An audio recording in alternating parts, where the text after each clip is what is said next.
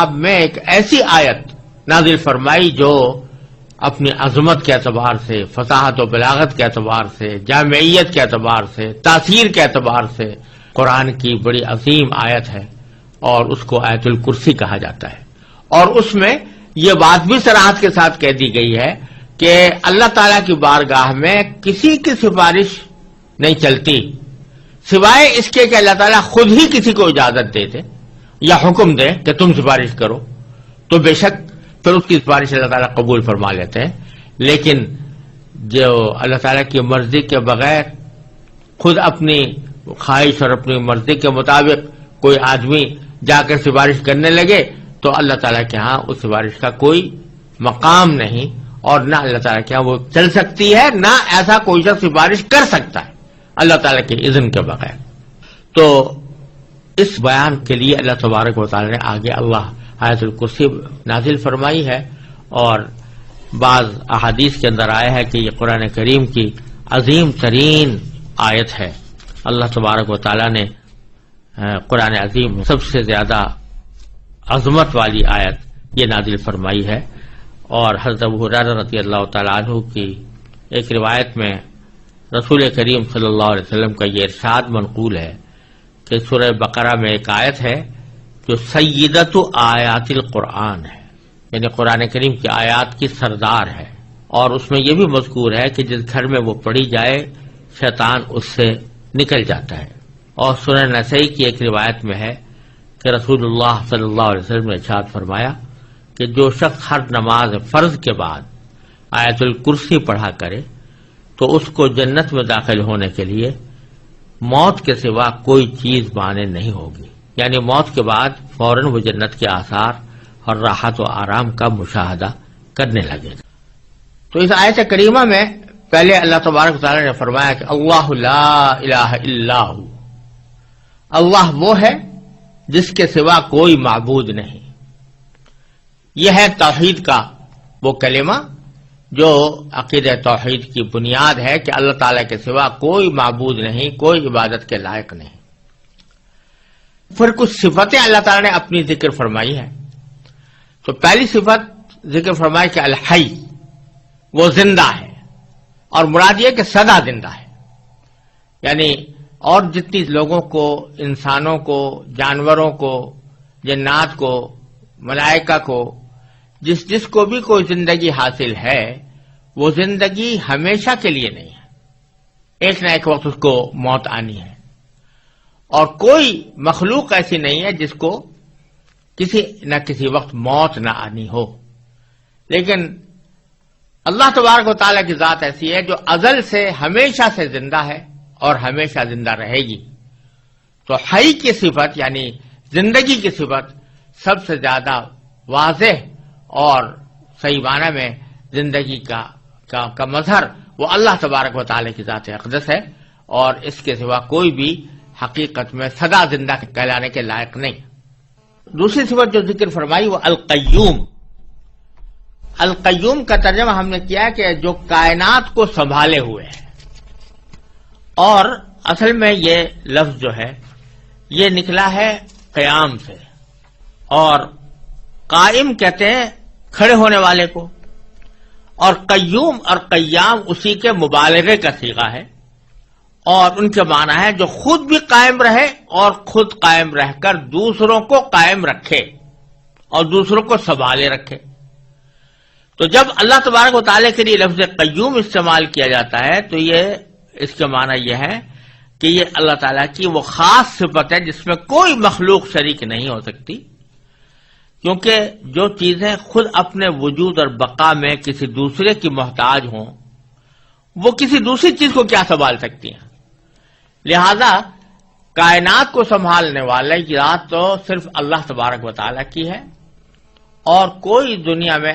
یا کائنات میں کوئی اور مخلوق، کوئی اور چیز ایسی نہیں ہو سکتی جو دوسری کائنات کی چیزوں کو سنبھالے۔ وہ تو خود اپنے آپ کو سنبھالنے کے لیے محتاج ہے، اللہ تعالیٰ کے حکم کی محتاج ہے، لہذا کوئی دوسری ذات قیوم نہیں ہو سکتی۔ اور یہی وجہ ہے کہ چونکہ یہ اللہ تبارک و تعالیٰ کی مخصوص صفت ہے جو کسی اور کے لیے استعمال نہیں ہو سکتی، اس لیے کسی انسان کو قیوم کہنا جائز نہیں، یہ جو ہمارے ہاں رواج چل پڑا ہے کہ جن لوگوں کا نام عبد القیوم ہوتا ہے ان کو عبد القیوم کے بجائے بگاڑ کے صرف قیوم بولتے ہیں، ایسا کہنا گناہ ہے، کیونکہ قیوم آپ کسی انسان کو قیوم کہہ کر بلا رہے ہیں تو گویا اس کو اللہ تعالیٰ کی مخصوص صفت اس کی طرف منسوب کر رہے ہیں، اور اسی کا نام شرک ہے۔ اگرچہ یہ چونکہ بے خیالی میں ہوتا ہے اس لیے ہم اس کے اوپر کفر اور شرک کا فتویٰ نہیں لگائیں گے، لیکن اس طرح کرنا جو شرک کی علامت ہے، ایسا کوئی عمل کرنا جو شرک کا مظہر ہو، یہ کسی طرح بھی جائز نہیں ہے۔ ہمارے ہاں جو رواج پڑ گیا ہے عبد القیوم کو قیوم کہہ کر بلانے کا، عبد الرحمن کو رحمان کہہ کر بلانے کا، عبد الرزاق کو رزاق کہہ کر بلانے کا، یہ بہت ہی غلط طریقہ ہے اور اس میں اللہ بچائے شرک کا اندیشہ ہے، لہذا اس سے ہمیشہ پرہیز کرنا چاہیے۔ پھر اللہ تعالیٰ نے فرمایا کہ لا تاخذہ سنۃ ولا نوم، اللہ تبارک و تعالی کو نہ کبھی اونگ لگتی ہے اور نہ نیند، یعنی کہا یہ جا رہا ہے کہ زندہ تو ہے لیکن تم اپنی طرح کی زندگی پر قیاس نہ کرنا کہ جیسی تمہاری زندگی ہے، کہ اس زندگی میں تم محتاج ہو اس بات کے کہ کبھی نہ کبھی تمہارے اوپر موت جیسی نیند طاری ہو، اگر وہ نیند نہ آئے تو تم پریشان ہو جاتے ہو اور تم تھک جاتے ہو، لیکن اللہ تبارک و تعالی ان تمام چیزوں سے بے نیاز ہے، نہ اس کو اونگ لگتی ہے۔ سنہ کہتے ہیں ابتدائی نیند کا جو ابتدائی حصہ ہوتا ہے جس کو اردو میں اونگ سے تعبیر کر سکتے ہیں، اس کو سنہ کہا جاتا ہے، اور نوم باقاعدہ پوری نیند کو کہتے ہیں۔ تو اللہ تعالیٰ کو نہ اونگ لگتی ہے اور نہ نیند۔ پھر فرمایا کہ لہو ما فی السماوات و ما فی الارض، اسی کے لیے ہے جو کچھ ہے آسمانوں میں اور جو کچھ ہے زمین میں، یعنی زمین و آسمان کے درمیان جتنی چیزیں ہیں، زمین و آسمان کے اندر جتنی چیزیں ہیں، وہ ساری کی ساری اللہ تعالیٰ کی ملکیت ہیں، کوئی اور ان کی ملکیت میں اللہ تعالیٰ کا شریک نہیں، وہ خود مختار ہے، اس کے قبضہ قدرت میں سب کچھ ہے۔ جب یہ بات ہے تو اشارہ اس طرف ہے کہ جس شخص کی یا جس ذات کی قدرت میں اور اس کے احاطہ علم میں ساری کائنات ہو اور وہ جو چاہے کرنے پر قادر ہو، ساری کائنات کی چیزیں اس کی ملکیت ہوں، اس کو اپنا کاروبار خدائی چلانے کے لیے کسی شریک کی حاجت کیوں ہو؟ شریک کی حاجت تو اس کو ہوتی ہے کہ جو کسی نہ کسی جگہ حاجت مند ہوتا ہے، تو اپنی حاجت پوری کرنے کے لیے وہ کسی کی مدد چاہتا ہے۔ اللہ تبارک و تعالیٰ کو اس کی کوئی ضرورت نہیں، ساری کائنات اس کی ملکیت ہے۔ پھر فرمایا کہ من ذا الذی یشفع عندہ الا باذنہ، کون ہے جو اس کی اجازت کے بغیر اس کے حضور کسی کی سفارش کر سکے؟ یعنی جو عقیدہ تھا کافروں کا کہ یہ بت اور دیوتا یہ ہماری سفارش کریں گے اللہ تبارک و تعالیٰ کی بارگاہ میں، اس کی تردید ہو رہی ہے کہ اللہ تعالیٰ کے ہاں کوئی سفارش نہیں کر سکتا جب تک کہ اللہ ہی کی طرف سے اجازت نہ ہو۔ اللہ تبارک و تعالیٰ کی اجازت، یہ جو تمہارے دل میں تصور ہے کہ یہ دیوتا جو ہیں یہ خود اپنی مرضی سے اللہ تعالیٰ کے ہاں سفارش کر دیں گے اور اللہ تعالیٰ ان کی ناز برداری کرتے ہوئے ان کی سفارش قبول کر لیں گے، یہ خیال غلط ہے۔ اللہ تعالیٰ کے ہاں کوئی سفارش اللہ تعالیٰ کی اجازت کے بغیر نہیں کر سکتا۔ ہاں جن کو اللہ تعالیٰ خود ہی حکم دے دے، اجازت دے دے، جیسے پیغمبروں کو بعض مرتبہ اجازت دی جائے گی اور نبی کریم صلی اللہ علیہ وسلم کو شفاعت کا منصب عطا فرمایا جائے گا، تو یہ در حقیقت اللہ تبارک و تعالیٰ ہی کی طرف سے ایک انداز کرم ہے اپنے بندوں کے اوپر، کہ اس انداز کرم کے تحت اللہ تبارک و تعالیٰ نے کسی کو بندوں کی سفارش کی اجازت عطا فرما دی، اس کے تحت وہ سفارش کرتے ہیں۔ ایسا نہیں ہے کہ اللہ تبارک و تعالیٰ کو تو پتہ نہیں تھا کہ یہ شخص آیا قابل معافی ہے یا نہیں ہے، یہ جنت کے لائق ہے یا نہیں ہے، اور پیغمبر کے کہنے سے اللہ تبارک و تعالیٰ نے اس کو جنت میں داخل کر دیا اور اس کی مغفرت کر دی، بلکہ اللہ تعالیٰ کے علم ازلی میں ہے ہر شخص کے بارے میں کہ کون شخص جنتی ہے، کون شخص اللہ تبارک و تعالیٰ کے ہاں مقبول اور مقرب ہے، اور کس کی مغفرت کرنی ہے اللہ تعالیٰ خوب جانتے ہیں۔ لیکن ایک انداز کرم ہے کہ براہ راست وہ مغفرت اور رحمت کا معاملہ کرنے کے بجائے اس کو نبی کریم صلی اللہ علیہ وسلم کی یا کسی اور پیغمبر کی شفاعت پر موقوف کر دیا کہ یہ سفارش کریں گے تو ہم یہ کرم فرما دیں گے۔ تو سفارش کرنے والے کا بھی اعزاز ہے، اس میں سفارش کرنے والے کا بھی اکرام ہے، اور ساتھ ہی جس شخص کے ساتھ معاملہ ہو رہا ہے اس کو نبی کریم صلی اللہ علیہ وسلم اور دوسرے پیغمبروں کے ساتھ محبت اور الفت اور تعلق خاطر کا بھی پیدا کرنے کا ایک ذریعہ ہے۔ لیکن یہ وہ شفاعت نہیں ہے جو دیوتاؤں کی سفارش کا عقیدہ جاہلیت کے اندر تھا کہ یہ لوگ اللہ کی مرضی کے برالرغم بھی سفارش کر دیں گے اور وہ سفارش اللہ کے ہاں مقبول ہوگی۔ تو فرماتے ہیں کہ کون ہے جو اللہ تعالیٰ کے ہاں حضور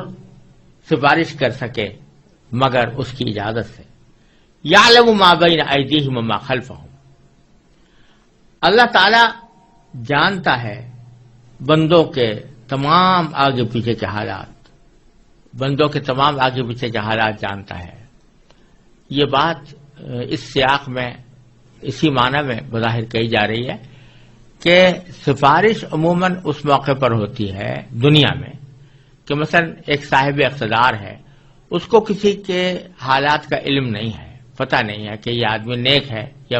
اچھا ہے یا اس کی مدد کرنی چاہیے یا اس کو کوئی اچھا منصب دینا چاہیے، کوئی عہدہ دینا چاہیے، اس کو تو پتہ نہیں ہے۔ اب اس کا کوئی مقرب شخص آ کر اس کے پاس کہتا ہے کہ میں فلاں بندے کی سفارش کرتا ہوں کیونکہ یہ میری نظر میں اچھا آدمی ہے اور اس میں عہدے کی صلاحیت رکھتا ہے، تو وہ اس کے کہنے کی بنیاد پر جانتا ہے، علم اس کو اس سے حاصل ہوتا ہے، خود اس کا علم کچھ نہیں ہوتا۔ لیکن تو سفارش کی ضرورت ایسے موقع پر پیش آتی ہے، اس کو تو دھیان تھا نہیں اصل آدمی کو، لیکن کسی نے سفارش کے ذریعے اس کو متوجہ کر دیا، سفارش کے ذریعے اس کو علم دے دیا کہ یہ آدمی مستحق ہے۔ لیکن اللہ جل جلالہ چونکہ یعلم ما بین ایدیہم وما خلفہم، انسانوں کے تمام آگے پیچھے کے حالات کو خوب جانتا ہے، اس واسطے اس کو کسی کی سفارش کی حاجت ہی نہیں ہے کہ اس کو فیصلہ کرنے کے لیے کسی آدمی کی سفارش کی ضرورت ہو کہ وہ بتائے کہ فلاں آدمی مستحق ہے یا فلاں غیر مستحق ہے۔ تو ایک طرف تو اللہ تبارک و تعالیٰ کا علم یہ ہے کہ ما بین ایدیہم وما خلفہم، اللہ تعالیٰ ان کے آگے پیچھے کے حالات کو خوب جانتا ہے۔ ولا یحیطون بشیء من علمہ الا بما شاء، اور لوگ اس کے علم کی کوئی بات اپنے علم کے دائرے میں نہیں لا سکتے سوائے اس بات کے جسے وہ خود چاہے۔ یعنی ایک طرف اللہ تعالیٰ تو تمام مخلوقات کی ہر بات سے واقف ہے،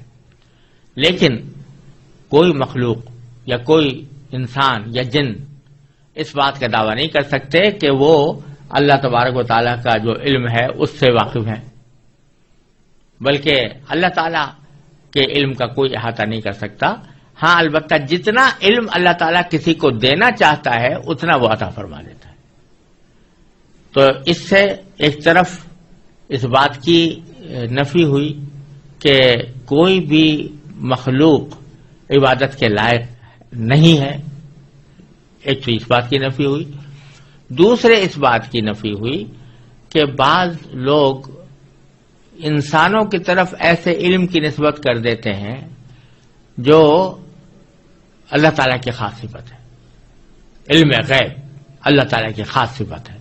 اس کو انسانوں کی طرف منسوب کر دیتے ہیں۔ تو اللہ تعالیٰ فرماتے ہیں کہ یہ علم غیب کسی کو نہیں ہو سکتا، کوئی مخلوق اللہ تعالیٰ کے علم کا احاطہ نہیں کر سکتی الا بما شاء، ہاں جتنا اللہ تعالیٰ دینا چاہتا ہے وہ دے دیتا ہے۔ تو اپنے انبیاء کرام کو غیب کی باتوں میں سے جتنی باتیں اللہ تبارک و تعالیٰ دینا چاہتے ہیں وہ اپنے انبیاء کرام کو عطا فرما دیتے ہیں۔ ذالک من انباء الغیب نوحیہ الیک، فرمایا قرآن کریم میں کہ غیب کی خبریں ہیں جو ہم آپ کو وحی کے ذریعے بتا رہے ہیں۔ تو اللہ تبارک و تعالیٰ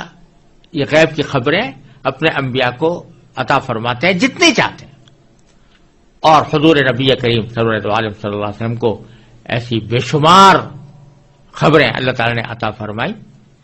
اور اللہ تعالیٰ نے اپنے فضل و کرم سے اتنا علم چاہا وہ نبی کریم صلی اللہ علیہ وسلم کو عطا فرمایا، لیکن یہ بات واضح ہے کہ وہ اللہ تعالیٰ کے علم کے مقابلے میں کسی بھی مخلوق کا علم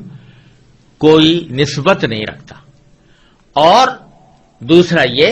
کہ اللہ تعالیٰ ہی جس کو چاہتا ہے جتنا چاہتا ہے علم عطا فرماتا ہے، کوئی شخص یا کوئی ذات یا کوئی مخلوق اپنے طور پر کوئی علم حاصل نہیں کر سکتی۔ پھر فرمایا وسع کرسیہ السماوات والارض، اللہ تعالیٰ کی کرسی آسمانوں اور زمین کی وسعت رکھتی ہے، یعنی سارے آسمان اور سارے زمین کو اس نے گھیرا ہوا ہے۔ یہ کرسی کیا چیز ہے، اس کی حقیقت تو اللہ تبارک و تعالی ہی بہتر جانتے ہیں۔ یہاں تو اتنی بات فرمائی ہے کہ سارے آسمان اور زمین کو اس نے گھیرا ہوا ہے، اور چونکہ اللہ تبارک و تعالی اٹھنے بیٹھنے کی جو صفات ہوتی ہیں مخلوق کی، اس سے بے نیاز ہیں اور نہ کسی جگہ کے محتاج ہیں، نہ کسی بیٹھنے کے آلے کے محتاج ہیں، لہذا اس کرسی کے وہ معنی تو ہو نہیں سکتے جو دنیا کے اندر معنی ہوتے ہیں کہ آدمی اس کے اوپر بیٹھتا ہے۔ تو اس کا حقیقی کیفیت کیا ہے اس کرسی کی اور اس کی کنہ کیا ہے، اس کا ادراک در حقیقت انسانی عقل سے بالا تر ہے، اس لیے ہم اس کے بارے میں کوئی تفصیل نہ جان سکتے ہیں نہ بیان کرتے ہیں۔ البتہ مستند روایات حدیث سے اتنا معلوم ہوتا ہے کہ عرش اور کرسی دونوں بہت عظیم الشان جسم ہے جو تمام آسمان اور زمین سے بدر جہاں بڑے ہیں۔ اب ان کی کیفیت کیا ہے اور کیا ان کی شکل اور حیات کیا ہے، یہ جاننے کا ہمارے پاس کوئی راستہ نہیں۔ بعض حضرات نے یہاں کرسی سے مراد باری تعالیٰ کا اقتدار بھی لیا ہے، اور مراد یہ ہے کہ اس کا اقتدار تمام آسمان اور زمین کو محیط ہے، اس کو اپنی وسعت میں لیے ہوئے ہے، تو یہ معنی بھی کچھ بعید نہیں ہے، لیکن روایات سے معلوم ہوتا ہے کہ کرسی بتاتے خود ایک جسم ہے، جس طرح عرش ایک جسم ہے اسی طرح کرسی بھی ایک جسم ہے، اور اس کی کیفیت اللہ تعالیٰ ہی بہتر جانتے ہیں۔ وَلَا يَئُودُهُ حِفْظُهُمَا، اور فرمایا کہ ان دونوں کی نگہبانی سے اسے ذرا بھی بوجھ نہیں ہوتا۔ لا یعودہ، عاد یعود عودن کے معنی ہے کسی کو بوجھل بنا دینا، تو حفظہما یعنی ان دونوں چیزوں کی نگہبانی، آسمان اور زمین کی نگہبانی، وہ اللہ تعالیٰ کو ذرہ برابر بھی بوجھل نہیں بناتی، یعنی اس کی حفاظت اور نگرانی سے اللہ تعالیٰ کو کوئی تھکاوٹ نہیں ہوتی، کوئی تعب نہیں ہوتا۔ وَهُوَ الْعَلِيُّ الْعَظِيمُ، اور وہی ذات اللہ تعالیٰ کی ذات بڑی عالی مقام ہے۔ علی کے معنی عالی مقام، اور عظیم کے معنی صاحب عظمت۔ تو اللہ تعالیٰ